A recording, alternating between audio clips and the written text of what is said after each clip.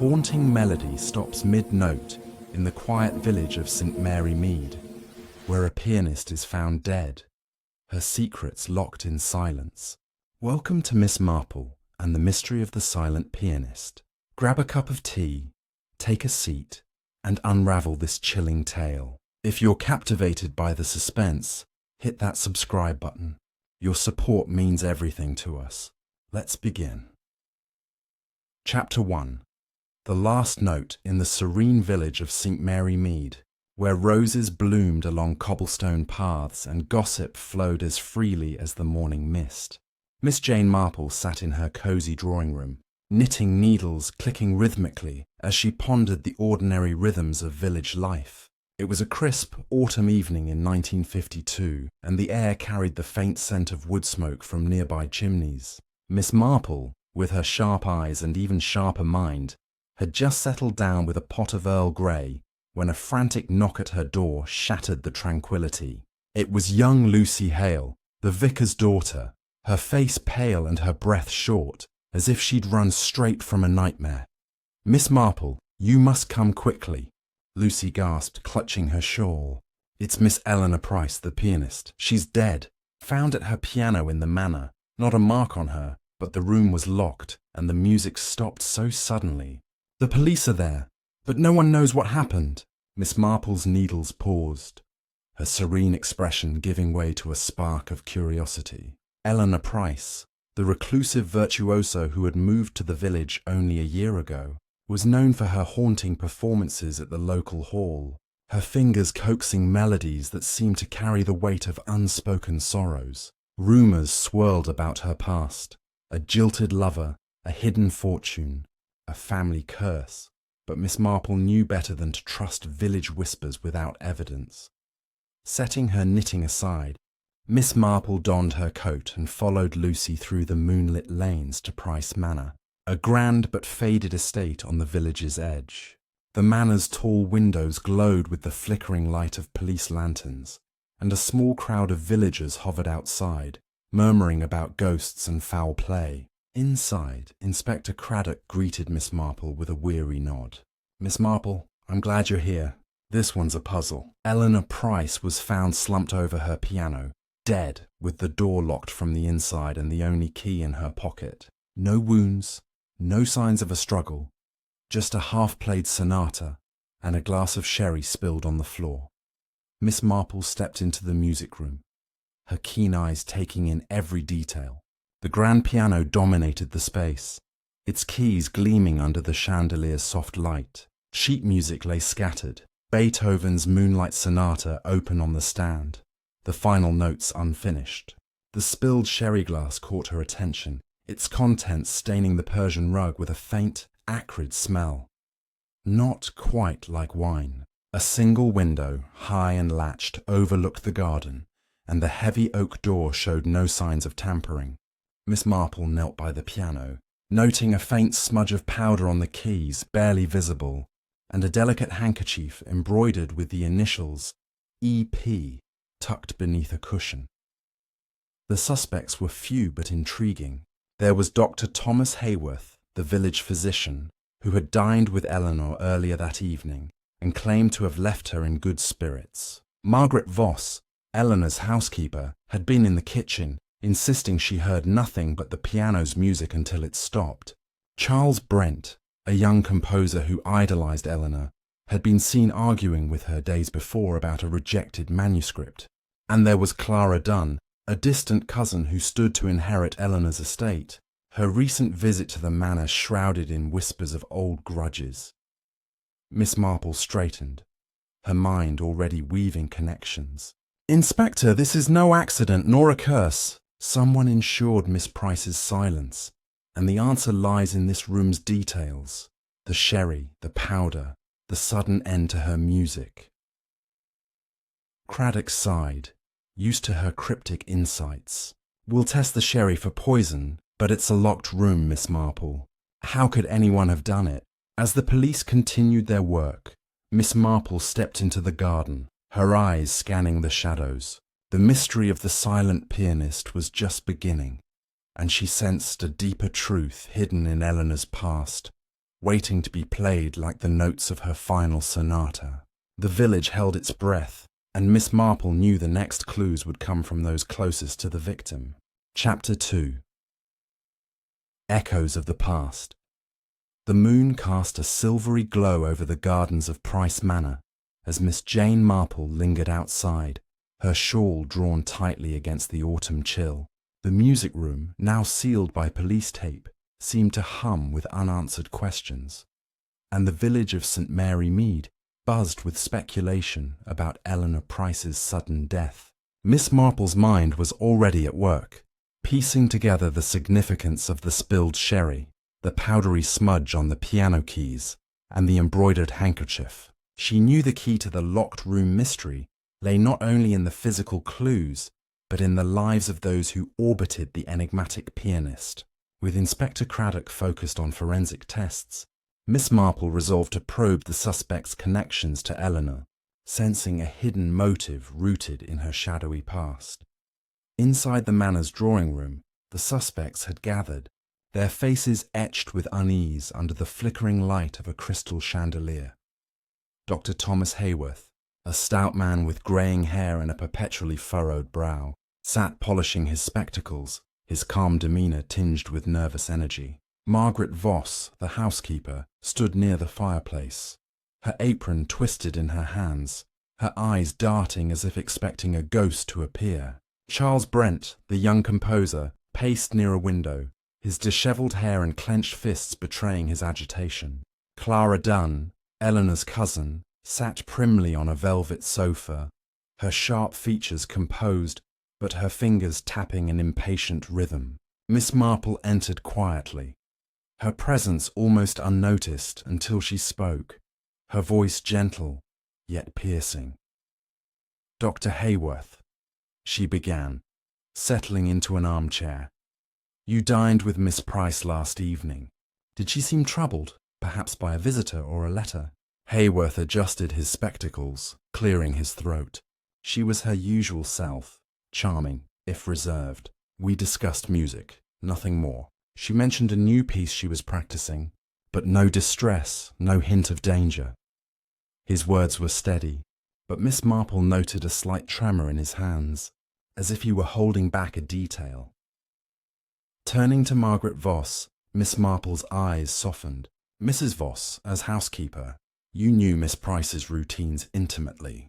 Did you notice anything unusual? A stranger at the manor, perhaps, or an odd delivery?" Voss's face tightened, her voice low. "I heard only the piano, as always, until it stopped so suddenly, but 2 days ago, I saw a man lingering near the gate, tall, in a dark coat. I told Miss Eleanor, and she seemed shaken, said it was nothing." Miss Marple's interest piqued. A mysterious visitor could be a lead, but Voss's hesitation suggested she knew more than she admitted. Miss Marple then addressed Charles Brent, whose pacing halted abruptly. "Mr. Brent, you admired Miss Price, yet villagers saw you arguing with her recently. Was it about your music or something deeper?" Brent's eyes flashed with frustration. "She rejected my latest composition, said it lacked soul. I was angry, yes, but I'd never harm her. I was at the pub when she died, ask anyone." His passion was convincing, but Miss Marple sensed a personal wound beneath his professional pride, perhaps a rejected affection. Finally, she turned to Clara Dunn, whose cool gaze met hers without flinching. "Miss Dunn, as Miss Price's heir, you had much to gain. Your recent visits stirred old family tensions. Did they resurface?" Clara's lips curled slightly, her voice clipped. "Eleanor and I had our differences, yes, over money she owed our family, but I was in London last night visiting friends. I had no reason to wish her dead." Her alibi was firm, but Miss Marple noted a guarded edge, as if Clara were shielding a deeper grievance. As the questioning ended, Miss Marple noticed a small detail. A faint scent of lavender clung to Clara's dress, the same scent she'd detected near the piano. It was subtle, but it suggested Clara had been closer to the music room than she claimed. Before Miss Marple could press further, Inspector Craddock entered, his face grim. "The sherry's been tested. Traces of a sedative, not lethal, but enough to dull the senses. No fingerprints on the glass, but Eleanor's. Miss Marple nodded, her mind racing. A sedative explained the lack of struggle, but how was it administered in a locked room? As the suspects dispersed, their footsteps echoing in the manor's halls, Miss Marple lingered, her thoughts on the mysterious man at the gate and the lavender scent. Eleanor Price's past was a melody yet to be played, and the next clues would come from those who knew her secrets best. The village was far from peaceful, and Miss Marple knew the truth was waiting in the shadows. Chapter 3. The Hidden Score. The early morning light filtered through the heavy drapes of Price Manor, casting a soft glow over the drawing room where Miss Jane Marple sat, her knitting needles resting in her lap as she mulled over the clues from the night before. The sedative in the sherry, the lavender scent on Clara Dunn, and the mysterious man at the gate had deepened the mystery of Eleanor Price's death. The locked music room, with its silent piano and scattered sheet music, held secrets that Miss Marple was determined to uncover. With the village of St. Mary Mead stirring outside, whispering of curses and tragedy, she knew the key to solving this locked room puzzle lay in the details of Eleanor's life and the motives of those around her. As Inspector Craddock coordinated with his team, Miss Marple decided to explore the manor further, starting with the music room itself, where the last notes of Eleanor's life had faded into silence. Miss Marple returned to the music room, now quiet, save for the distant murmur of police officers in the hall. The grand piano stood like a sentinel, its ebony surface reflecting the morning light. She ran her fingers lightly over the keys, careful not to disturb the faint powdery smudge she'd noticed earlier.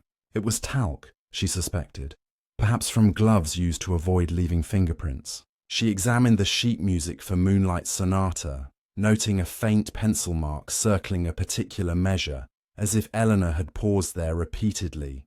Beneath the music stand, she found a small, leather-bound notebook tucked into a hidden slot, its pages filled with cryptic notations, not musical, but a series of initials and numbers: TH 50, MV 20, CB 10. Could these be payments, debts, or something more sinister? Miss Marple slipped the notebook into her pocket, sensing it was a vital clue. Moving to the spilled sherry glass, still on the rug, she crouched to inspect it closely.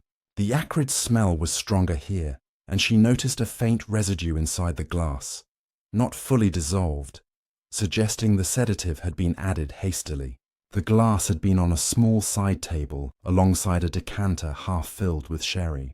Miss Marple's sharp eyes caught a tiny scratch on the table's edge, as if something had been attached or removed. A wire, perhaps, or a small device. She traced the scratch to the table's underside, where a faint adhesive mark suggested something had been temporarily fixed there. A delivery mechanism for the sedative. She made a mental note to ask Craddock to search for such a device. The high window, latched and dust-covered, offered no entry point, but Miss Marple noticed a faint breeze stirring the drapes. Kneeling, she found a small crack in the window's frame, barely noticeable, where the seal was imperfect. It was too small for a person, but large enough for a thin tube or tool to pass through. Outside, the garden was pristine, with no footprints in the dew-soaked grass, but a single lavender petal lay near the window's base, its scent matching Clara Dunn's dress. Miss Marple's suspicions deepened. Clara's alibi of being in London seemed shaky, and the petal suggested she'd been near the music room recently.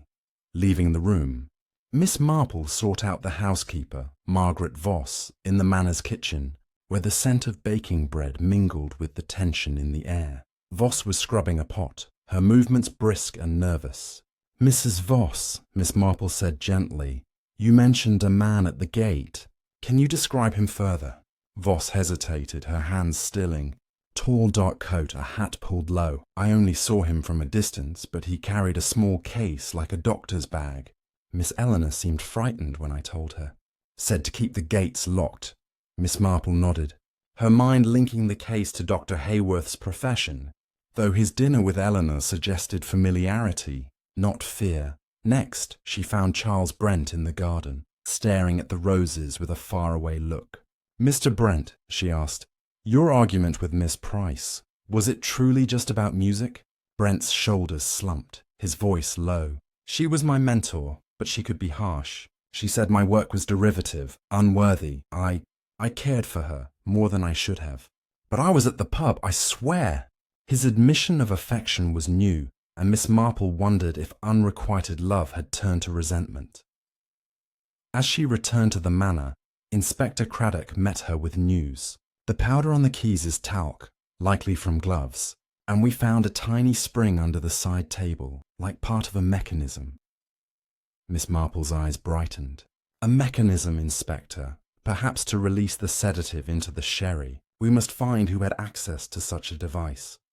The notebook, the lavender petal, and the spring were threads in a tapestry of deceit, and Miss Marple knew the next step was to unravel the initials and the secrets they hid. Chapter 4. Shadows of Motive. The late morning sun cast dappled light through the trees surrounding Price Manor, but the warmth did little to dispel the chill of suspicion that hung over St. Mary Mead. Miss Jane Marple sat in the manor's quiet library, a haven of dusty books and leather armchairs, the leather-bound notebook from the music room open before her. Its cryptic entries, TH, MV, CB, hinted at a web of connections, perhaps debts or secrets, that tied the suspects to Eleanor Price's death. The lavender petal, the talc on the piano keys, and the spring under the side table pointed to a calculated crime. And Miss Marple knew that probing the suspect's motives would bring her closer to the truth. With Inspector Craddock pursuing forensic leads, she resolved to question the suspects again, this time with a sharper focus on their hidden ties to Eleanor's past. Miss Marple found Dr. Thomas Hayworth in the manor's dining room, sipping tea with a distracted air. His medical bag rested on a chair, its worn leather catching her eye as a possible match for the mysterious man's case. "Dr. Hayworth," she began, her voice mild but probing. "Your dinner with Miss Price was amicable, you said, yet Mrs. Voss mentioned a stranger with a doctor's bag who unsettled her. Could that have been you, perhaps visiting earlier?" Hayworth's cup paused mid-air, his eyes narrowing slightly. "I only saw Eleanor at dinner, Miss Marple. I carry my bag everywhere. It's my profession. As for strangers, she never mentioned anyone troubling her." His tone was measured, but Miss Marple noted a faint flush on his cheeks, a sign he was guarding something, perhaps a professional secret or a personal bond. Next, she sought Margaret Voss, who was polishing silver in the pantry, her movements brisk but her eyes wary. "Mrs. Voss," Miss Marple said, folding her hands, "the notebook I found lists MV with payments. Were you receiving money from Miss Price, perhaps for more than housekeeping?" Voss's cloth stopped, her face paling. "I was paid my wages, nothing more. She was kind, gave me extra sometimes for errands, buying her sherry, fetching letters. But I never asked for more, and I didn't pry into her affairs." Her voice wavered, and Miss Marple sensed a mix of loyalty and fear, as if Voss dreaded revealing too much about Eleanor's private dealings.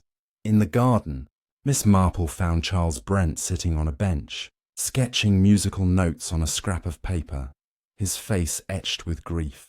"Mr. Brent," she asked gently, "the notebook mentions CB with a small sum. Did Miss Price support your work, or was there another arrangement?" Brent's pencil snapped in his hand, his voice tight. "She gave me a stipend once to help with my compositions, but it was charity, not a deal. I loved her music, her talent. I'd never hurt her, no matter how she criticized me." His passion was raw, and Miss Marple wondered if his devotion had crossed into obsession, perhaps sparking a motive if Eleanor had spurned him. Clara Dunn was in the drawing room, reading a letter with a tense expression. Miss Marple approached, her eyes catching the faint lavender scent again. "Miss Dunn, the notebook lists no CD, yet your presence here suggests a deeper tie to Miss Price.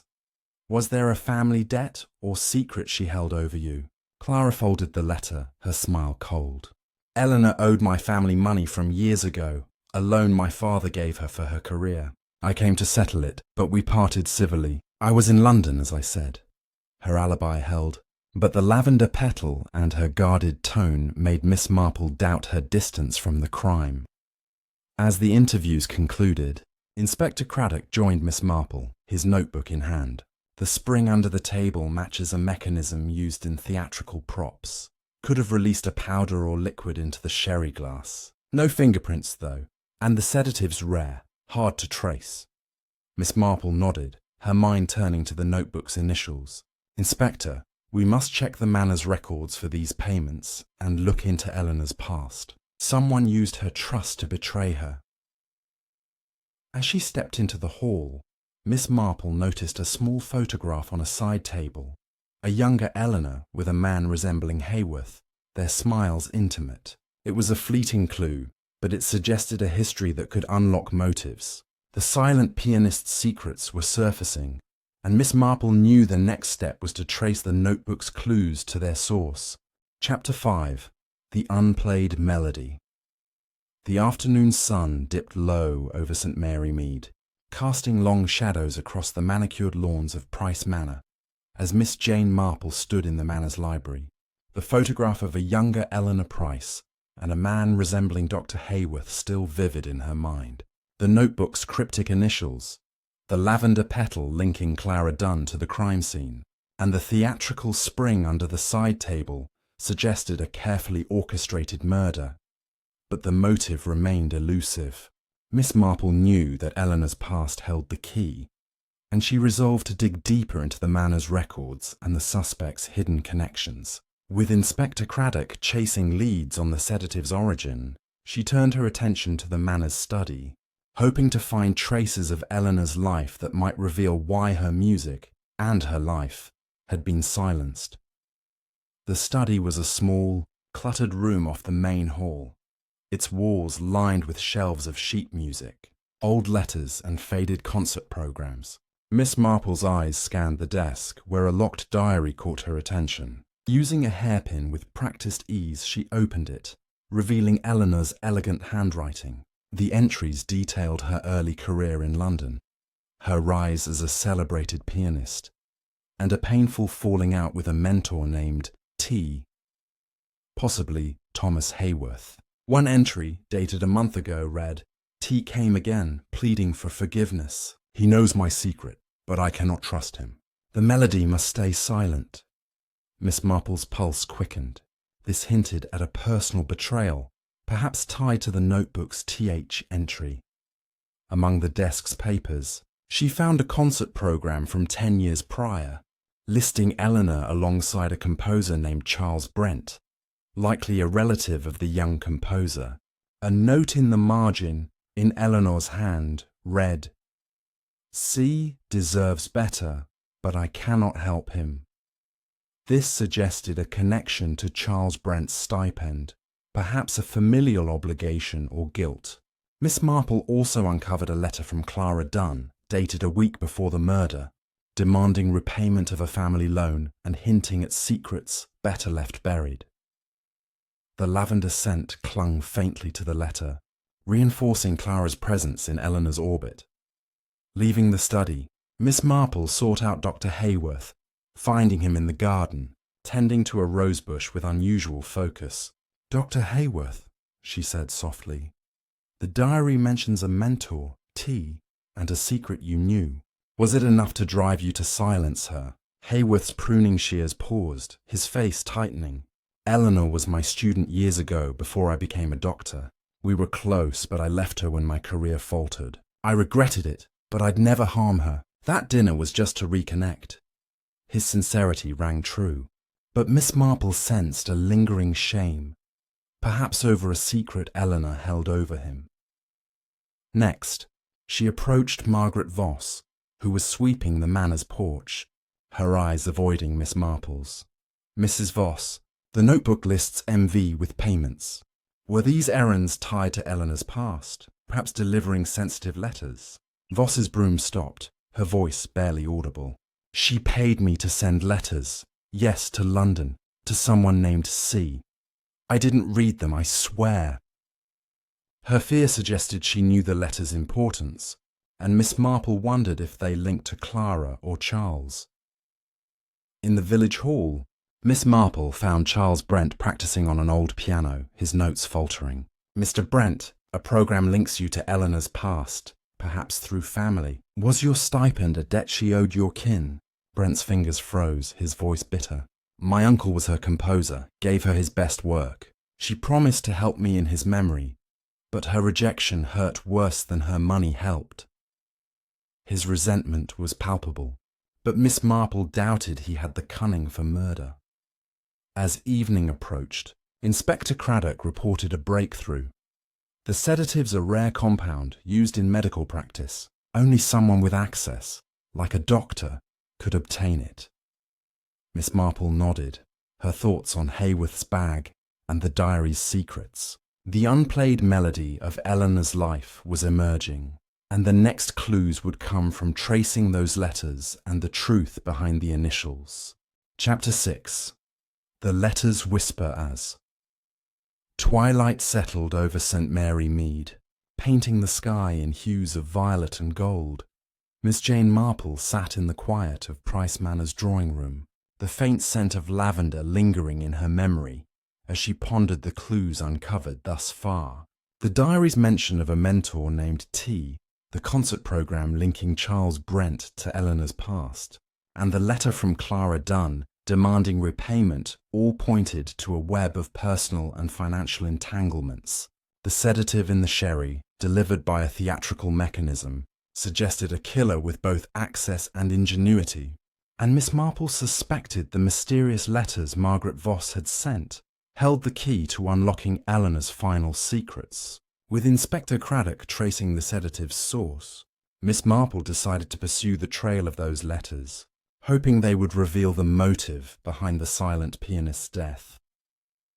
Miss Marple made her way to the Manor's small post room, a cramped space filled with neatly bundled envelopes and a ledger of outgoing mail.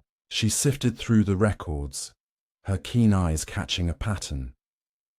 Several letters, sent weekly to a London address under the initial C, had been dispatched by Margaret Voss on Eleanor's orders.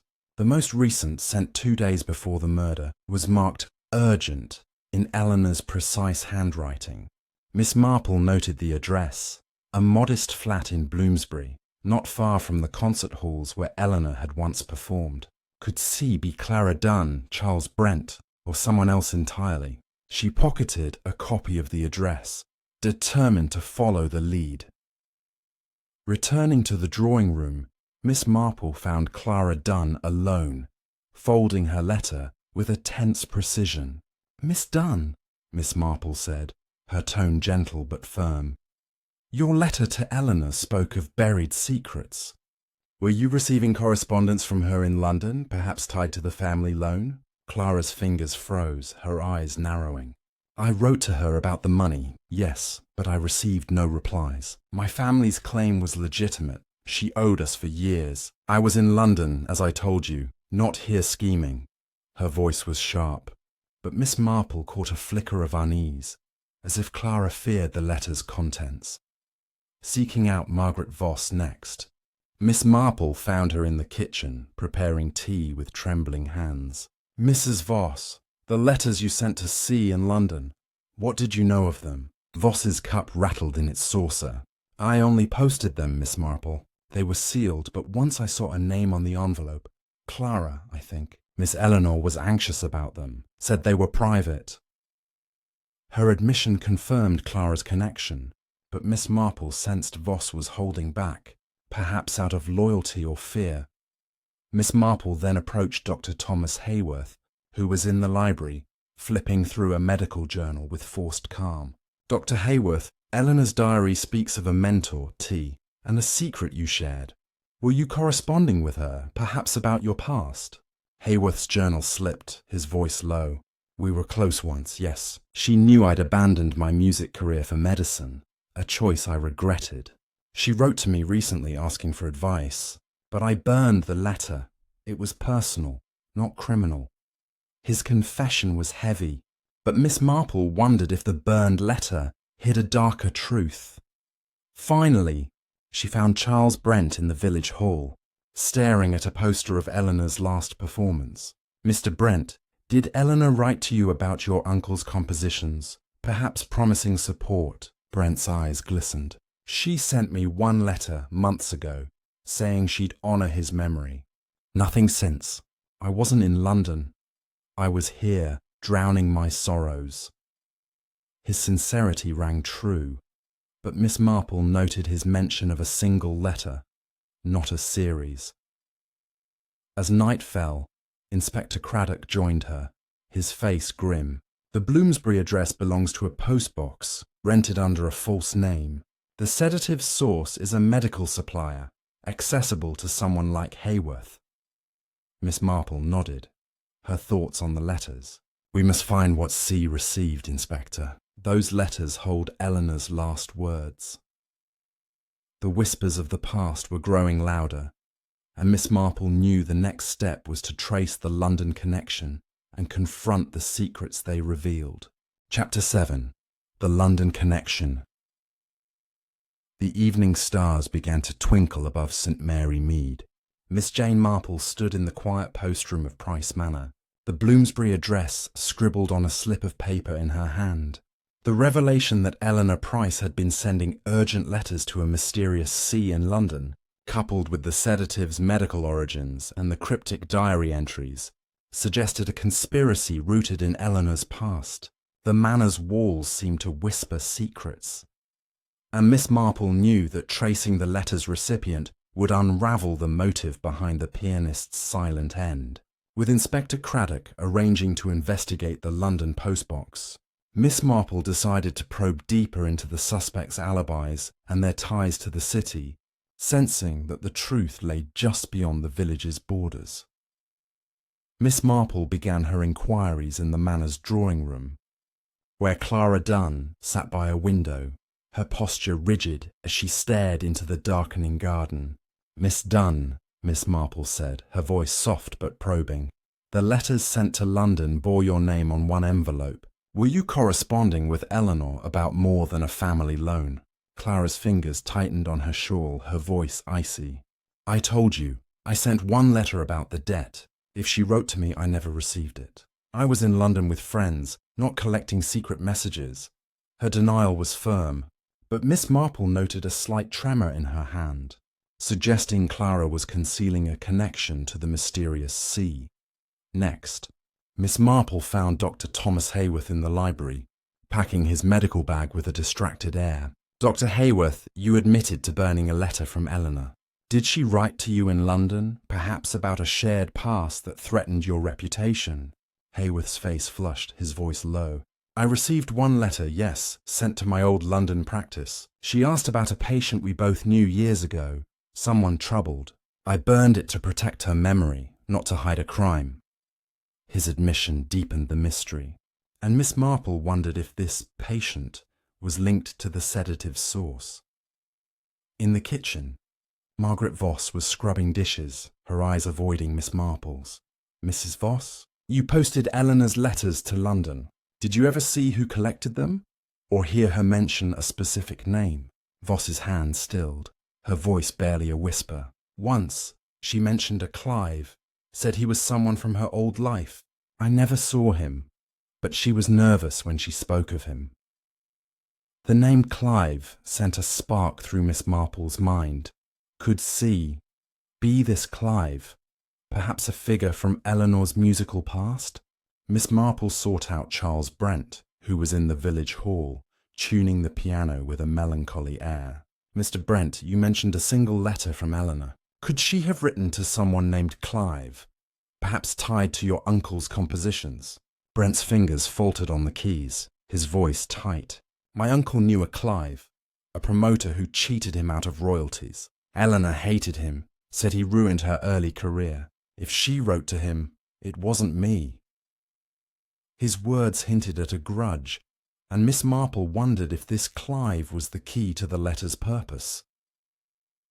As night deepened, Inspector Craddock returned with news. The London postbox was rented by a Clive Warrington, a former music promoter with a shady reputation. "He's been out of touch for years, But we're tracking him down. Miss Marple's eyes brightened. Inspector, Clive Warrington may be our C.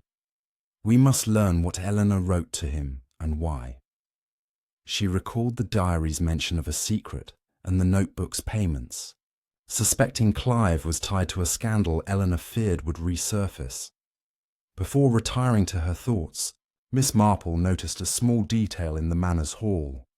A discarded envelope, half hidden under a rug with a London postmark and the faint scent of lavender. It was addressed to Clara, not Clive, suggesting she had lied about receiving no letters. The web of deceit was tightening, and Miss Marple knew the next step was to confront Clara with this evidence and uncover Clive Warrington's role in Eleanor's final days. Chapter 8. The Pianist's Past.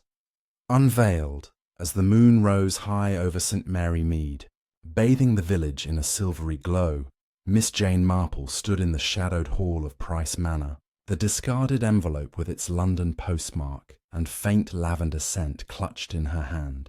The name Clive Warrington, a disgraced music promoter from Eleanor Price's past, had emerged as a pivotal figure, potentially the mysterious C from the letters sent to Bloomsbury, the diary's hints of a shared secret with Dr. Haworth, the notebook's cryptic payments, and Clara Dunn's lie about receiving no letters pointed to a tangled history that had led to Eleanor's death in a locked room.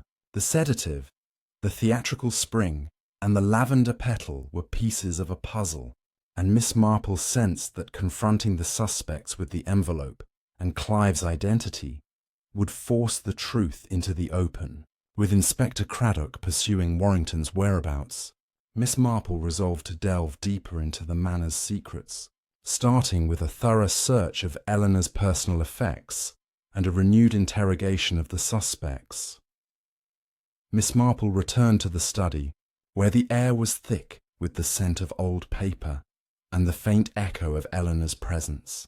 The desk, cluttered with sheet music and mementos, beckoned her attention. She sifted through a drawer, finding a faded photograph tucked inside a velvet-lined box. It showed a young Eleanor, radiant in a concert gown, standing beside a dashing man with sharp features and a sly smile, likely Clive Warrington, given the program notes from her early career. On the back, in Eleanor's hand, was written, "Clive, 1938, never again."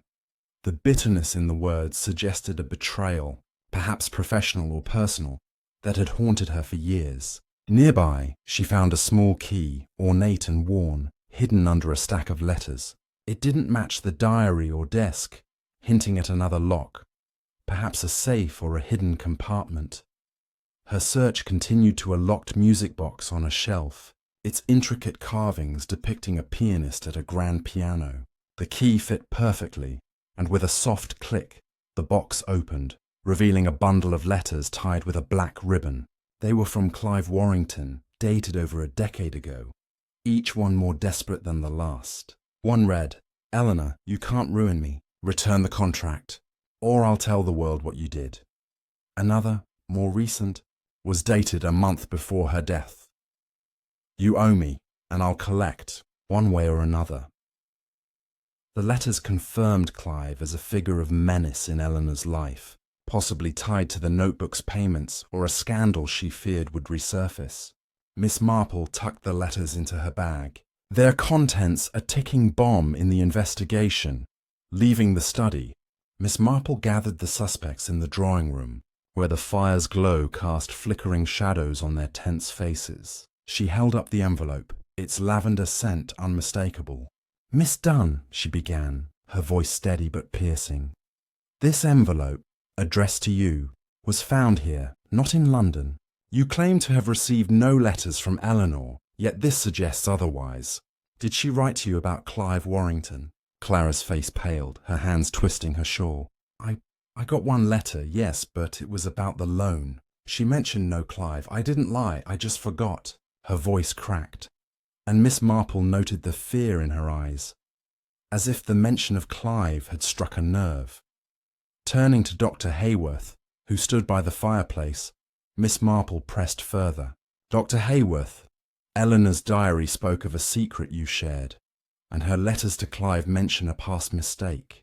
Were you involved in their history? Perhaps a scandal from her early career?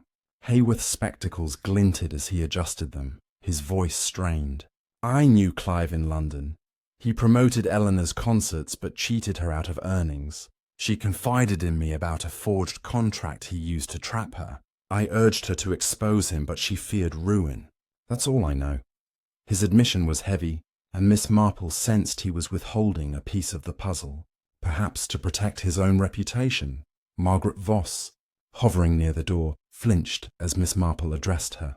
Mrs. Voss, you posted letters to Clive Warrington. Did Eleanor ever hint at what he held over her? Voss's hands trembled, her voice low. She said he was a ghost from her past, someone who'd hurt her badly. She was scared, said he'd come to the village once. I thought he was the man at the gate. Her words confirmed the stranger's identity, and Miss Marple's mind raced. Had Clive been in St. Mary Mead the night of the murder? Charles Brent slouched in a chair, looked up as Miss Marple spoke. Mr. Brent, your uncle worked with Clive Warrington, and Eleanor wrote to him. Did she fear he'd ruin you too? Brent's face darkened, his voice bitter. Clive swindled my uncle, left him penniless. Eleanor warned me about him, said he'd contacted her again. I hated him. But I was at the pub, not chasing ghosts. His anger was genuine, but Miss Marple wondered if his loyalty to Eleanor had driven him to act. Inspector Craddock entered, his expression grim. Warrington's been found, living under an alias in London. He admits to receiving Eleanor's letters, but claims he never came here. We're bringing him in. Miss Marple nodded, her thoughts on the music box letters. Inspector, those letters reveal Clive's threats. We must learn if someone in this room acted on his behalf. The pianist's past was coming into focus, and Miss Marple knew the next confrontation would expose the killer's link to Clive Warrington. Chapter 9. The Mask of Motive. The first light of dawn crept through the tall windows of Price Manor, casting a pale glow over the polished floors and ornate furnishings. Yet the atmosphere remained heavy with the weight of secrets. Miss Jane Marple sat in the manor's library. The bundle of threatening letters from Clive Warrington spread before her on a rosewood table, their words echoing with menace. The revelation that Clive, a disgraced music promoter, had held a grudge against Eleanor Price for years, combined with the lavender-scented envelope addressed to Clara Dunn and the medical sedative used in the murder, pointed to a conspiracy that reached beyond St. Mary Mead. The notebook's initials, the music box, and Dr. Hayworth's guarded admissions suggested a killer who had exploited Eleanor's past to silence her forever. With Inspector Craddock arranging to bring Clive Warrington from London for questioning, Miss Marple knew the time had come to confront the suspects with the letters and force the truth into the open. The silent pianist's final notes were about to be played, and the mask of motive was ready to fall. Miss Marple began her search for answers by revisiting the music room, where the grand piano stood as a silent witness to Eleanor's death. The morning light revealed details she had overlooked. A faint scratch on the piano's lid, as if something had been dragged across it, and a tiny shard of glass embedded in the rug near the side table. She knelt to examine it, noting its curved edge, unlike the sherry glass, suggesting a second vessel, perhaps a vial used to deliver the sedative. She traced the scratch to the piano's underside, where a small hidden compartment held a folded note in Eleanor's hand. Clive knows, but he will not win. The truth must stay silent. The note's urgency confirmed Eleanor's fear of exposure, and Miss Marple suspected it was linked to the forged contract mentioned in Clive's letters. Moving to the manor's attic, a dusty maze of trunks and forgotten relics, Miss Marple searched for more traces of Eleanor's past. In a locked chest, opened with the same ornate key from the study, she found a collection of old concert posters and a legal document, a contract from 1938, signed by Eleanor and Clive Warrington, with annotations in her handwriting, claiming it was forged to cheat her out of royalties. Tucked beside it was a photograph of Eleanor, Clive, and a younger Dr. Hayworth, their faces tense, as if captured in a moment of discord. The contract was damning evidence, suggesting Clive's threats were rooted in a scandal that could ruin his reputation if exposed. Miss Marple carefully gathered the documents, knowing they were the key to understanding the motive. Returning to the drawing room, Miss Marple gathered the suspects, their faces drawn under the strain of the investigation. She held up the letters from Clive, her voice calm but incisive. These letters reveal Clive Warrington's threats to expose a secret from Eleanor's past, a forged contract that cheated her. One of you acted to protect or exploit this secret, using a sedative to silence her in a locked room. She turned to Clara Dunn, whose lavender scent lingered. Miss Dunn, you received a letter from Eleanor, yet denied it. Was it about Clive, or did you collude with him to settle your family's debt? Clara's eyes widened, her voice sharp. I got one letter, yes, warning me about Clive. She said he'd come for her money. I had no part in his schemes. I was in London. Her denial was fierce, but Miss Marple noted her clenched fists, betraying fear or guilt. Next, she faced Dr. Hayworth, whose medical bag sat ominously nearby. Dr. Hayworth, you knew of Clive's deceit and Eleanor's fears. Did you supply the sedative to silence her? Perhaps to protect your own past? Hayworth's face flushed, his voice unsteady. I knew about the contract, yes. She confided in me years ago. Said Clive forged it to steal her earnings. I gave her advice, not poison. My bag has sedatives, but anyone could access it. His defense was plausible, but Miss Marple sensed he was hiding a personal stake, perhaps a deeper tie to Eleanor's scandal. Margaret Voss stood by the fireplace, her apron twisted in her hands. Mrs. Voss, Miss Marple said, you sent letters to Clive and you saw him at the gate. Did you help him enter the manor? Voss's eyes filled with tears. I only posted what she asked. I saw him once lurking, but I never let him in. She was terrified of him, said he'd ruin her.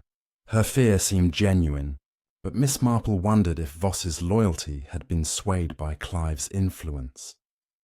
Charles Brent, slouched in a corner, looked up as Miss Marple spoke. Mr. Brent, your uncle was cheated by Clive, and Eleanor's stipend to you suggests guilt. Did you act to avenge your family? Brent's voice broke. I hated Clive for what he did to my uncle, but Eleanor was kind to me. I was at the pub, not plotting murder.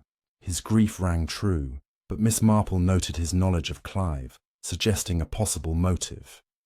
Inspector Craddock entered, his face grim. Warrington's in custody, but he denies visiting St. Mary Mead. His flat had letters from Eleanor, begging him to stop his threats. Miss Marple nodded, her mind racing.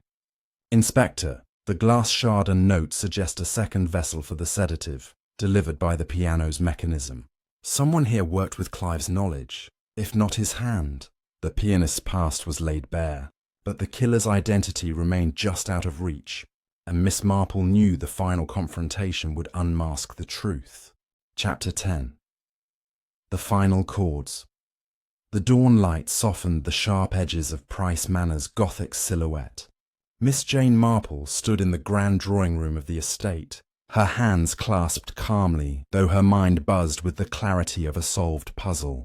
The threatening letters from Clive Warrington, the forged contract, the lavender-scented envelope, the glass shard, and the hidden note in the piano had woven a tapestry of deceit around Eleanor Price's death.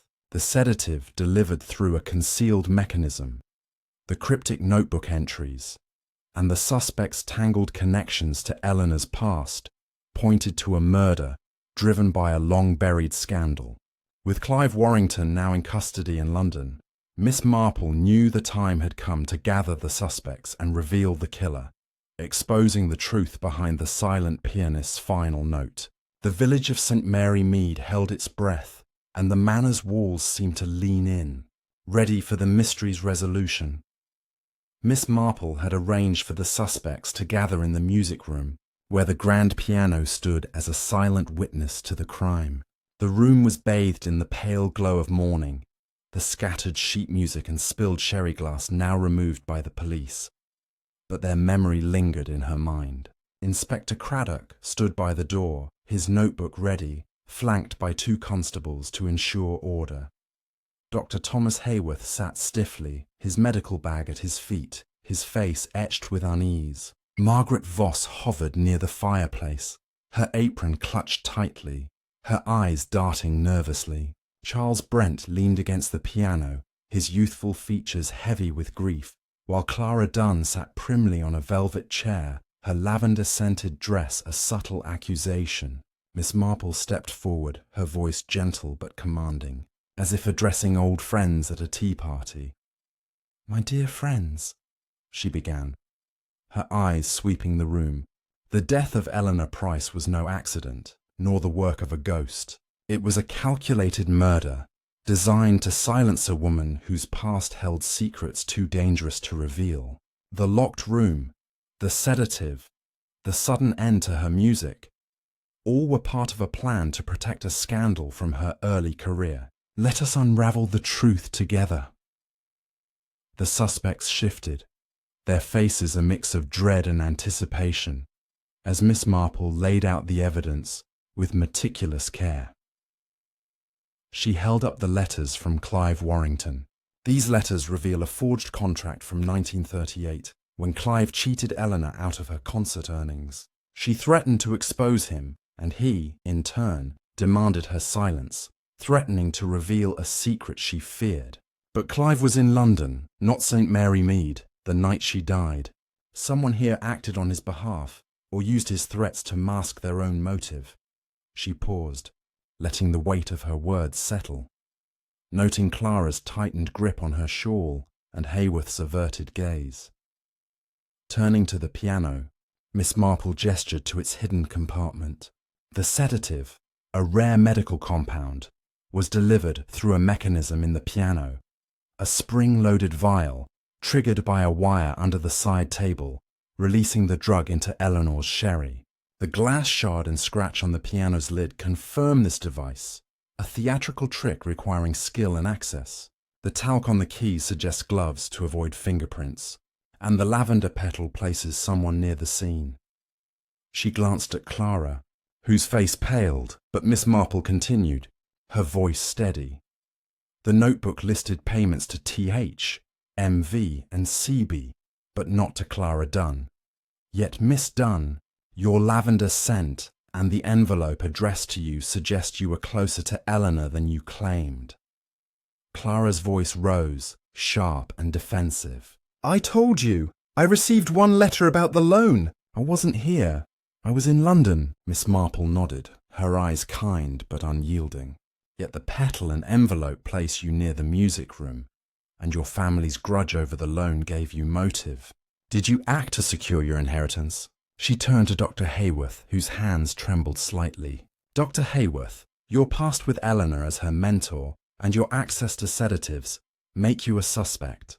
The diary speaks of a secret you shared, perhaps the forged contract." Hayworth's voice cracked.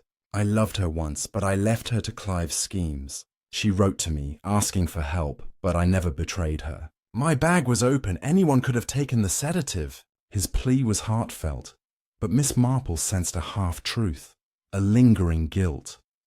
Margaret Voss flinched as Miss Marple addressed her. "Mrs. Voss, you sent letters to Clive and saw him at the gate. Did you help him or someone else to silence Eleanor?" Voss's eyes filled with tears. "I only posted her letters. I saw Clive, yes, but I never let him in. She was scared of him, and I failed to protect her."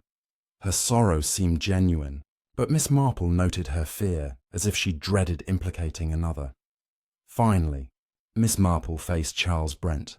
"Mr. Brent, your uncle's ruin by Clive gave you reason to hate him, and Eleanor's stipend suggests guilt. Did you act to avenge your family?" Brent's voice broke. "I loved her music, not her money. I was at the pub, not here." His alibi held, and Miss Marple sensed his grief outweighed his anger. Stepping to the centre, Miss Marple revealed the truth. "The killer is among you, and it is Dr. Thomas Hayworth. You, Doctor, were Eleanor's mentor and lover. betrayed by her success and Clive's deceit. When she threatened to expose the forged contract, you feared it would ruin your reputation as a doctor, built on the ashes of your musical past. You took the sedative from your bag, rigged the piano's mechanism, a skill from your theatrical days, and ensured Eleanor's silence. The lavender petal was a misdirection, planted to implicate Clara, whom you knew resented Eleanor. Hayworth's face crumpled, his voice a whisper. She'd have destroyed me. I couldn't let her. He sank into his chair, defeated, as Craddock's men moved to arrest him. Miss Marple concluded softly, "The silent pianist's melody is complete, and justice is served." As the suspects dispersed, Craddock shook his head, impressed. "You've done it again, Miss Marple." She smiled faintly, her thoughts already turning to her knitting.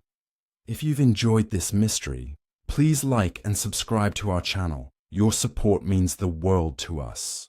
Comment below with your thoughts on Miss Marple's triumph, and stay tuned for more tales of intrigue.